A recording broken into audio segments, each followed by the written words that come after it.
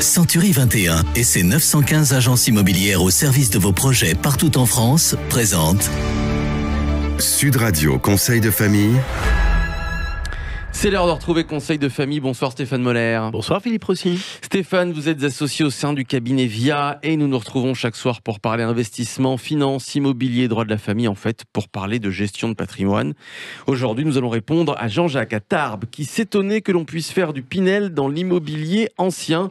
Pouvez-vous nous expliquer, Stéphane, ce qu'il en est ? Eh oui, ce dispositif est assez méconnu, mais il présente un réel intérêt. Alors, comment investir dans un Pinel ancien ? Alors, en effet, la loi Pinel réhabilitée permet de bénéficier des mêmes avantages fiscaux que la loi Pinel classique sous certaines conditions, notamment celle d'entreprendre des travaux dans un bien ancien. Pour mémoire, le Pinel offre une réduction d'impôt à condition de mettre un appartement neuf à disposition d'un locataire, moyennant un loyer modéré. Donc l'avantage fiscal du Pinel réhabilité sera le même qu'avec un Pinel neuf. Oui, vous bénéficiez des mêmes avantages qu'avec un Pinel neuf, à savoir une réduction annuelle de 2% de la valeur du bien pendant 9 ans, réduction fiscale, puis 1% pendant les 3 années complémentaires. Mais contrairement au Pinel neuf, la loi Pinel ancien n'ouvre pas droit à une réduction de taxes foncières ni des frais de notaire applicables au logement neuf. Exactement. Cependant, il est possible de gommer une partie ou la totalité de vos revenus fonciers avec ce dispositif. Alors, quels sont les critères pour investir dans un Pinel ancien ? Eh bien, le dispositif Pinel ancien concerne les logements ayant déjà été occupés, également appelé programme Pinel ancien réhabilité ou Pinel optimisé au déficit foncier. Il permet à un investisseur de cumuler les avantages fiscaux du Pinel plus ceux du déficit foncier. Alors Stéphane, comment procéder ? Eh bien, la procédure est assez complexe et il vaut mieux s'en remettre à des promoteurs spécialisés. Mais le principe est le suivant. 1. Acquérir un bien immobilier jugé inhabitable.